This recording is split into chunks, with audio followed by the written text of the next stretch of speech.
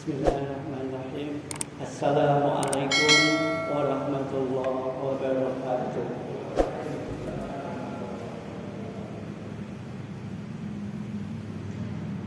Alhamdulillahilladzi azhaba 'anil hasan. Inna rabbi laghafurun syakur. Asyhadu an la ilaha illallah wa asyhadu anna Muhammadar Rasulullah. Allahumma salli wa sallim wa barik ala Muhammadin wa ala alihi wa azwajihi wa dzurriyyatihi wa ummatihi fi kulli makan, khususan ila ummati fi kulli Palestin. Allahumma ansur ummatan Sayyidina Muhammad, Allahumma salimna ummatan Sayyidina Muhammad, Allahumma arham ummatan Sayyidina Muhammad wa ala alihi wa ashabihi wa ummatihi ajmain. Amma ba'du. Bapak Ibu jamaah pengawasan malam Sabtu yang berbahagia rahimakumullah. Alhamdulillah, bersyukur kita Allah masih mengaruniai kita nikmat yang tiada terkira, sehingga kita bisa menundukkan hati dan pikiran serta jiwa dan raga kita untuk memenuhi panggilannya. Sholat maghrib, thalabul ilmi, insya Allah nanti kita sambung sholat isya. Semoga rangkaian ibadah ini diterima oleh Allah Subhanahu wa Ta'ala. Allahumma amin. Bapak Ibu yang berbahagia, pada pengajian yang sebelumnya saya sudah menyampaikan pokok ibadah. Ada 7 pokok ibadah. Yang sudah kita bahas ada 2. Yang pertama, ibadah itu harus lillahi ta'ala. Semua kita kerjakan karena Allah Subhanahu wa Ta'ala. Yang kedua, pokok ibadah yaitu ikhlas, hanya bertujuan kepada Allah Subhanahu wa Ta'ala. Maka pada pertemuan kita kali ini kita akan melanjutkan pokok ibadah yang ketiga, yang kita sebut bahwa ibadah itu harus tanpa perantara. Ini yang sering terjadi perbedaan pendapat, bahkan terjadi beberapa yang menjadikan kita ini tidak nyaman di masyarakat. Yang kita kenal dalam agama ada istilah wasilah atau perantara. Maka pokok ibadah yang ketiga ini dasarnya adalah ibadah itu tanpa perantara. Kita tahu beberapa umat yang terdahulu itu mereka kalau ditanya siapa Tuhanmu, mereka akan menjawab Allah. Siapa yang kau sembah? Allah.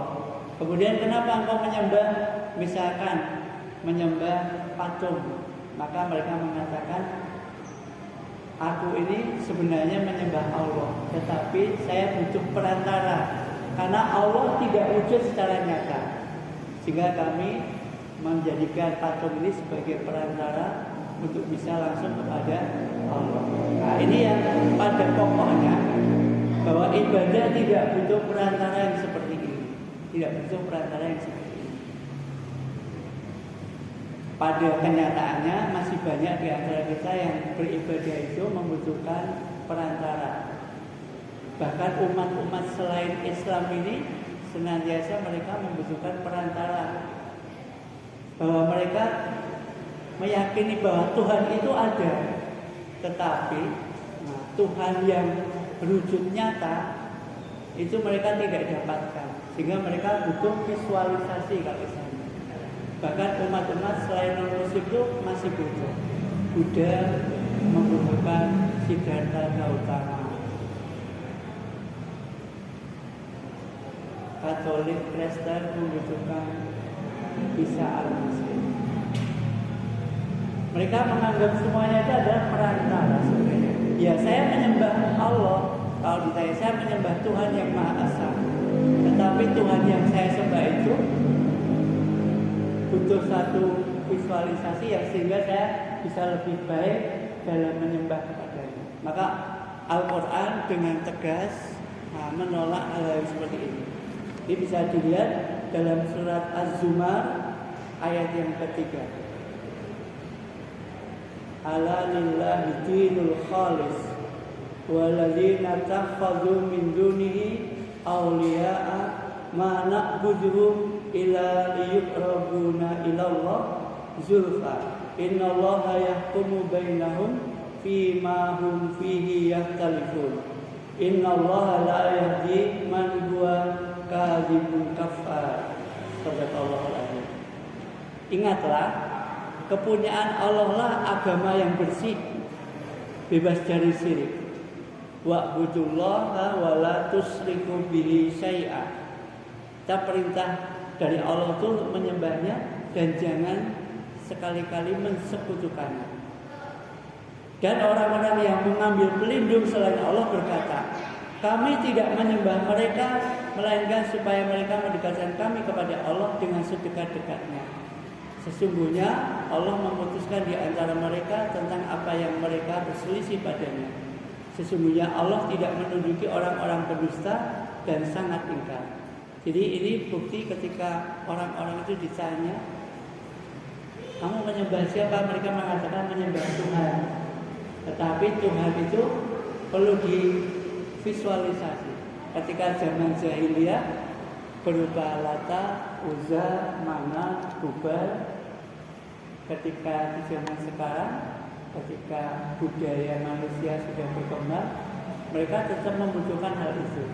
Sehingga agama-agama yang selain Islam itu tetap membutuhkan hal yang demikian tadi. Mereka menganggap bahwa Tuhan itu perlu satu hal yang diwujudkan dalam nyata. Kemudian ditolak oleh Allah hal ini. Allah tidak membutuhkan hal yang demikian. Wala tusyriku bihi syai'a. Maka ibadah itu pokok yang ketiga tidak membutuhkan perantara atau wasilah. Wasilah. Dalam istilah wasilah adalah sesuatu yang menyambung, mendekatkan sesuatu dengan yang lain atas dasar keinginan yang kuat untuk mendekat. Sehingga orang-orang yang seperti tadi saya sebutkan, mereka menganggap sesembahannya mereka itu sebagai wasilah, perantara, supaya bisa lebih dekat, supaya bisa lebih nyata. Tentu saja banyak cara yang dapat digunakan untuk mendekatkan diri kepada ridha Allah. Namun kesemuanya harus dibenarkan melalui perintahnya. Perintahnya jelas ya. Wa'budullaha wa la tusyriku bihi syai'a. Kemudian kalau kita kaji pengertian tawasul, tawasul ini yang sering terjadi pertentangan di masyarakat.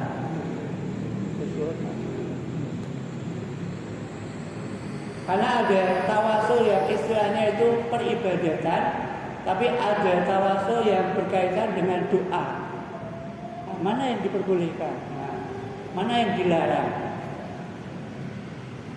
Kalau kita kaji pengertian tawasul atau wasilah, menurut bahasa tawasul berarti permintaan atau permohonan, sedangkan wasilah mempunyai arti wasitah atau perantara, atau bisa diartikan jalan. Al-wasilah juga bisa berarti segala hal yang dapat menyampaikan serta dapat mendekatkan diri kepada sesuatu. Jadi kalau kita ambil kata wasilah, menurut bahasa itu berarti permintaan. Berarti kalau kita, bagaimana kalau kita minta doa, kemudian kita minta doa kepada orang yang kita anggap lebih mulia daripada kita. Misalkan kita meminta doa kepada Pak Kiai, tolong didoakan saya supaya saya sukses dalam hidup. Boleh tidak hal seperti ini? Kalau dari istilah wasilah ini dibolehkan. Asal permintaannya tetap kepada Allah Subhanahu wa Ta'ala. Jadi nanti ada keterangan selanjutnya. Tapi kalau wasilah dianggap sebagai jalan untuk menuju kepada lebih dekat kepada Allah, ini tidak dibenarkan. Karena untuk dekat kepada Allah kita tidak membutuhkan perantara. Sehingga tidak ada perantara dalam beribadah. Allah Ta'ala memerintahkan Nabi Muhammad SAW beserta umatnya untuk menyembah Allah dengan ikhlas. Ini pokok ibadah yang kedua. Hanya tertuju kepada Allah. Maksud ikhlas di sini adalah bersihnya hati dari perilaku dan syirik atau riya atau ingin dilihat orang serta pamer. Ini yang kita dasari, wala tusriku bihi syai'an. Harus kita yakini bahwa Allah itu tidak membutuhkan syarikat, tidak membutuhkan bantuan. Allah itu berdiri sendiri, qiyamuhu binafsihi. Sehingga Allah itu tidak sama sekali membutuhkan syarikat. La tusyrika, tidak ada syarikat. Harus kita yakini. Begitu juga dalam kita beribadah kepada Allah Subhanahu wa Ta'ala. Harus kita yakini bahwa Allah mengabulkan doa kita, Allah memberikan kita rahmat. Itu tidak membutuhkan hal-hal yang membantu Allah. Karena Allah berdiri sendiri mengurus semuanya ini dengan qudrat dan iradahnya. Sehingga kalimat syahadat atau pernyataan la tusyrik billah tersebut bisa membatalkan keyakinan-keyakinan prasangka orang yang musyrik yang menyembah berhala, patung, kuburan, bahkan kuburan orang-orang yang kita anggap mulia, para wali, orang-orang saleh, pohon-pohon. Meskipun mereka juga melakukan hal tersebut, menganggapnya sebagai perantara untuk mendekatkan diri kepada Allah. Hal ini tidak dibenarkan. Bapak Ibu yang kami hormati, sehingga kita berwasilah, wasilah dalam hal ini perantara, maka perantara di dalam berdoa itu masih dibolehkan sampai ia berdoa kepada selain Allah, sehingga tidak dibolehkan. Menyandarkan harapannya, sebagian harapannya bahkan sekecil harapannya itu kepada selain Allah, itu tidak dibolehkan. Misalkan kalau tadi kita meminta doa kepada seorang kiai misalkan, tetapi harapan kita tetap ada sedikit, semoga dengan meminta doa kepada Pak Kiai ini doa saya dikabulkan, itu tidak boleh. Tetap doa kita harus tertuju hanya kepada Allah semata. Kalau kita bisa memisahkan seperti itu, maka kita boleh meminta perantara dari doa tadi. Kalau ini wujudnya doa. Tapi kalau ibadah yang wujudnya pengabdian yang berupa ibadah mahdoh, sebagaimana yang kita ketahui, ada sholat, zakat, haji, itu tidak boleh melalui perantara. Semuanya harus tanggung jawab kepada diri kita masing-masing. Ya. Nah, Bapak Ibu yang kami hormati, perlu diketahui bahwa menjadi antara hamba dan Allah perantara itu ada dua hal yang dimaksud. Yang dimaksud wasilah atau perantara itu ada dua hal yang dimaksud. Dalam hal ini, pertama perantara untuk tersampainya risalah. Allah menurunkan risalah itu membutuhkan perantara, yaitu Rasulullah. Kalau yang dimaksud perantara seperti ini dibolehkan dalam agama kita, bahkan kita wajib mengikuti perantara-perantara kita sehingga kita bisa merunut sampai ke hadapan Rasulullah risalah yang sebenarnya yang diturunkan Allah kepada Rasulullah.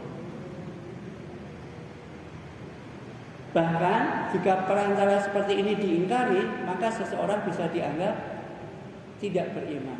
Nah, kalau kita mengingkari runtutan risalah yang dibawa oleh para orang saleh sampai dengan Kanjeng Nabi, maka mengingkari hal demikian bisa dikatakan kita tidak beriman. Karena kita bisa mengetahui risalah ini dari orang-orang sebelum kita sampai kepada junjungan Nabi Muhammad Sallallahu Alaihi Wasallam.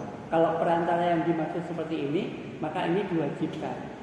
Kita pasti tidak bisa mengenal agama kita dengan baik jika tanpa perantara para ulama, para orang saleh, para wali, sampai kepada junjungan Nabi besar Muhammad Sallallahu Alaihi Wasallam.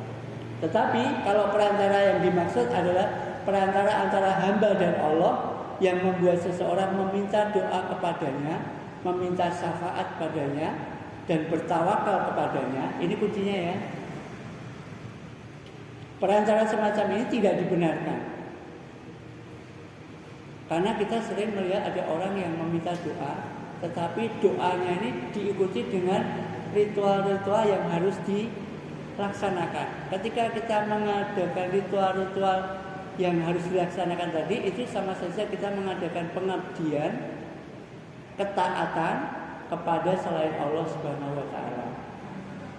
Misalkan kalau kita sering lihat misalkan, kalau mau minta berkah di Imogiri misalkan, masuk ke makam harus pakai kemben misalkan ya. Kalau kita yakin itu tanpa itu kita tidak bisa berdoa, maka itu ritual yang kita lakukan dalam rangka ketaatan kepada yang kita minta.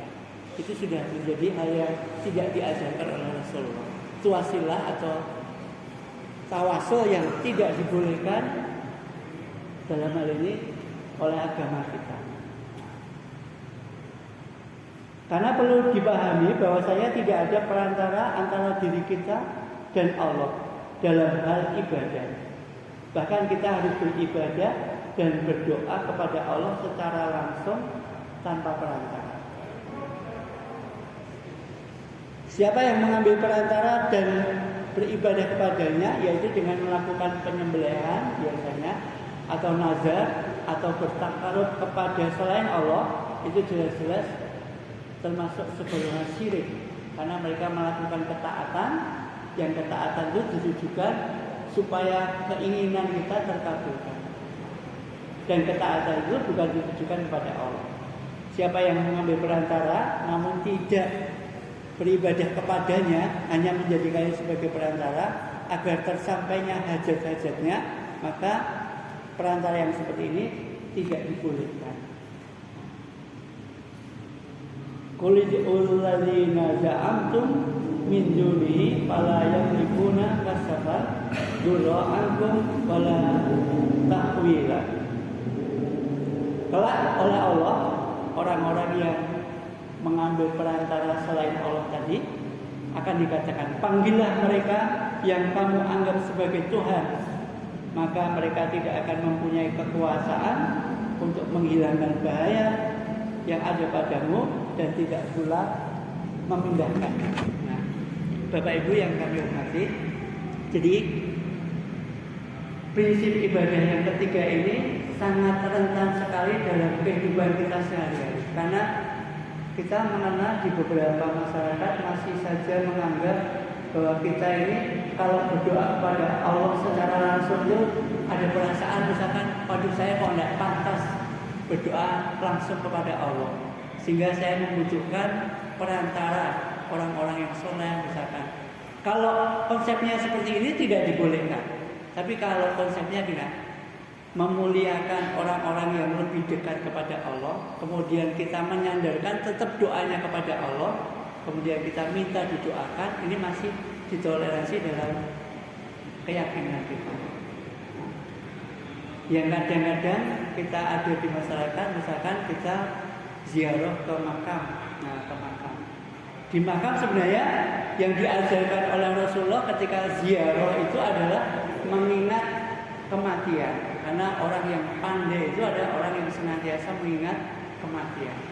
Tapi kalau ketika kita di makam kemudian kita berdoa dengan penuh keyakinan, dengan kita datang ke makam, insya Allah doa kita bisa dikabulkan, itu juga sedikit sekali nanti akan bisa menjadikan kita bergeser kepada tujuan yang semula. Karena Rasulullah mengatakan yang namanya syirik itu sangat lembut sekali. Ibarat semut hitam di atas batu hitam, ditutup kain hitam di tengah malam. Ini sangat lembut sekali, sehingga kadang-kadang kita tidak terasa. Kalau memang kita ingin berziarah ke makam siapa saja misalkan, maka niat kita ya zikrul maut harus sesuai dengan perintah Rasulullah. Kalau kita di sana mendoakan, bukan kita berdoa untuk kepentingan kita harusnya, bukan kita menjadikan dia sebagai wasilah. Ini yang harus kita hati-hati. Begitu juga kepada siapa saja, bukan hanya kepada makam, bukan hanya kepada orang soleh. Kadang-kadang kita bisa minta didoakan orang soleh, tetapi doa kita ini ada kecampuran yang seperti tadi. Karena kita berharap betul dengan doa itu kita dikabulkan. Nanti yang harus hati-hati.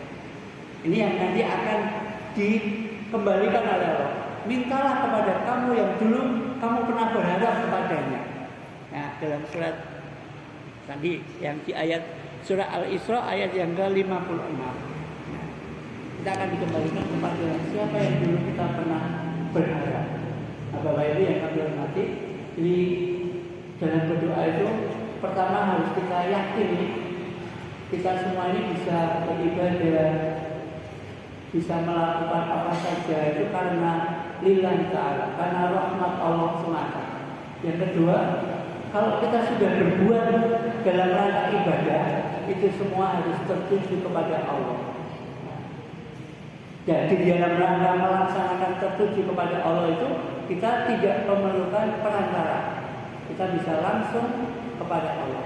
Terutama dalam hal ibadah makhluk, itu semua kewajiban kita pribadi masing-masing. Tapi kalau tawasul, perantara dalam arti berdoa, tadi harus kita hati-hati ya. Masih dibolehkan, tetapi harus hati-hati menjaga akidah kita. Karena bisa sangat mungkin ketika kita berharap betul, doa kita ini bisa terkabul dengan permintaan kita kepada selain Allah tadi. Dengan perantara itu bisa jadi itu membuat doa kita ini termasuk ibadah yang tidak dibolehkan dalam agama. Maka harus hati-hati dulu. Ini prinsip yang ketiga ya, bahwa berdoa itu tanpa perantara langsung kepada Allah. Sebagaimana tadi saya sampaikan dalam surat Az-Zumar ayat yang ke-56. Bahkan kalau di surat Al-Isra ayat yang ke-57 itu dikatakan sebagaimana orang-orang dulu menyembah Lata, Uzza, Manat, Hubal itu, mereka mengatakan menyembah itu karena mereka menyembah Allah, tetapi mereka membutuhkan perantara, yaitu Lata, Uzza, Manat, Hubal. Dan sampai saat ini pun masih saja ada orang-orang yang menganggap Tuhan itu membutuhkan satu visualisasi yang jelas, satu perantara. Ya. Sebagaimana tadi saya sebut, kalau orang Buddha mereka membutuhkan Siddhartha, kalau orang Katolik Kristen membutuhkan Isa Al-Masih atau Yesus Kristus ya, yang mereka anggap sebagai Tuhan. Tapi kalau ditanya siapa ya Tuhan, ya Tuhan itu ya. Mereka mengakui ada Tuhan yang esa, tetapi membutuhkan perantara tadi. Nah, Bapak Ibu yang kami hormati, ini materi yang ketiga, ini singkat tetapi menjadi pokok dari dasar ibadah kita. Yang biasanya kita di masyarakat itu sering terjadi pertentangan. Ada orang boleh tidak berwasilah, nah, wasilah yang bagaimana? Boleh tidak tawasul? Nah, karena tidak ada yang bisa mengabulkan keinginan kecuali hanya Allah semata. Harus kita yakin gitu ya. Jadi apapun di dunia ini tidak mungkin bisa berbuat sesuatu pun sedikit saja tanpa seizin Allah Subhanahu wa Ta'ala. Ini yang harus kita yakini. Sehingga meskipun yang kita anggap itu adalah hal-hal yang mereka dimuliakan Allah, boleh kita memuliakan, karena memuliakan orang-orang soleh itu menjadikan kita jadi mulia. Tetapi jangan sampai menyandarkan harapan, ya, menyandarkan keinginan. Ini yang dibolehkan tadi berdoa hanya kepada Allah. Tetapi ketika menyandarkan harapan, menyandarkan keinginan, apalagi dalam menyandarkan itu kita melakukan ritual-ritual yang berhubungan dengan harapan tadi, itu yang tidak dibolehkan. Mungkin itu yang bisa kami sampaikan. Masih ada waktu 10 menit. Nanti bisa kita tanya jawab. Karena ini kalau dibahas bisa ramai sekali ya. Sering terjadi perdebatan di masyarakat. Itu dulu. Mungkin ada yang mau bertanya dengan materi yang ketiga, yaitu pokok ibadah. Mestinya wa'budullaha wa la tusyriku bihi syai'an. Beribadahlah kamu kepada Allah dan jangan mensekutukan. Mensekutukan itu berarti Allah dianggap membutuhkan sekutu, membutuhkan bantuan, membutuhkan perantara, membutuhkan, karena harus kita yakin Allah itu qiyamuhu binafsihi. Dia la ilaha illallah wahdahu la syarika. Dia berdiri sendiri dan tidak membutuhkan syarikat sama sekali. Ini yang harus kita yakini. Dia menjadi dasar beribadah itu tanpa perantara. Demikian yang bisa kami sampaikan. Kalau ada mau pertanyaan silakan bisa kita diskusikan, karena ini materinya bisa sangat menarik kalau didiskusikan. Monggo mungkin dari jemaah yang mau bertanya. Kalau tidak ada, ya silakan sambil menikmati. Saya tambahi ya. Saya tambahi materinya. Oh, monggo Pak Ibu.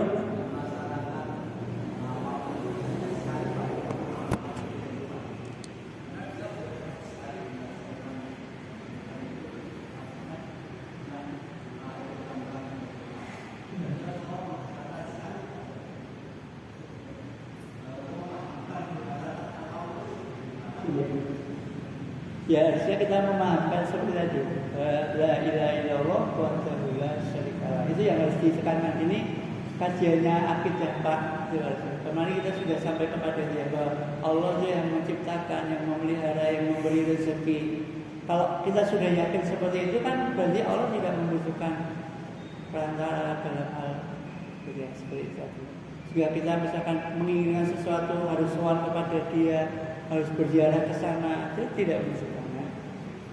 Meskipun seperti itu, kalau niatnya benar tidak dilarang. Misalkan berziarah tadi niatnya zikrul maut, tidak dilarang. Kita meminta doa kepada orang yang kita anggap mulia, asal kita ini benar-benar niatnya itu tetap berdoa kepada Allah, itu mungkin tidak sampai kepada hal yang seperti tadi. Tapi kalau menyandarkan harapan, nah ini yang paling pokok itu menyandarkan harapan. Karena kita akan sulit sekali membedakan ketika kita Pak, mbok kula didongake supaya kula sukses. Maka kita mesti ada harapan yang kita sandarkan kepada orang yang berdoa tadi. Jadi yang tidak boleh seperti itu sebenarnya. Membedakannya memang sangat sulit. Maka seperti tadi dikatakan yang namanya syirik itu sangat halus sekali. Nah, ini yang perlu kita tekankan, akidah kita harus semakin kita kuatkan. Sebagaimana ketika kita sudah mengucapkan asyhadu alla ilaha illallah, itu kita yakin bahwa la ma'budu illallah, la malika illallah, seperti yang diterangkan kemarin. Tidak ada yang pencipta dunia ini, tidak ada yang memelihara, tidak ada yang memberi rezeki, tidak ada yang menjamin seluruh itu, tidak ada yang bisa berbuat sesuatu pun tanpa seizin Allah. Itu yang harus kita yakini benar. Ketika kita sudah yakin seperti itu, insya Allah kita akan sedikit-sedikit bisa menghilangkan seperti tadi, membutuhkan tawasul, membutuhkan gitu. Mungkin kalau saya meresponnya seperti itu Pak.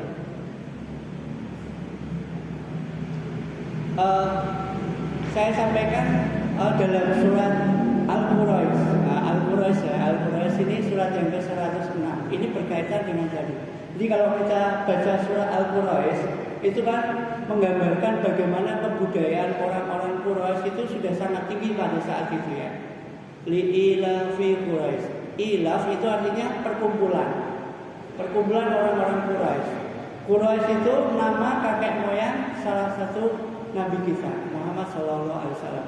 Turunan kelima ya dari Muhammad bin Abdullah bin Abdul Muthalib bin Hasim ya, bin Abi Manaf bin Qusay. Ya, Qusay ini yang namanya menjadi keturunan Quraisy semuanya. Kemudian saat itu mereka sudah melakukan perjalanan Li'ilafi Quraisy, ya. Perkumpulan orang-orang Quraisy itu diceritakan. Ya. Ilafihim, perkumpulannya mereka tadi. Rihlah itu melakukan perjalanan dagang. Berarti kan sudah maju sekali. Rihlah. Sita itu di musim dingin. Mereka perdagangan yang ke zaman. Wasoif, musim panas, mereka di Syam, ya. Artinya kebudayaan orang-orang Quraisy saat itu sudah sangat maju. Perkumpulannya hebat, dagangnya hebat, ekonominya hebat. Tetapi kenapa masih disebut zaman jahiliyah? Karena akidahnya belum menyembah kepada Allah tadi. Nah, karena betapa mereka itu menuhankan, menganggap bahwa dengan harta mereka bisa segalanya. Maka harta menjadi tujuan utama. Dengan kedudukan yang tinggi, mereka bisa mendapatkan kehormatan. Sehingga kalau mereka punya anak perempuan, dianggap ini satu kehinaan, dibunuhlah. Ini yang dinamakan jahiliyah karena mereka tidak menghambakan diri kepada Allah. Maka pada ayat berikutnya kan Allah memerintahkan, "Falyabudu rabb hadzal bait."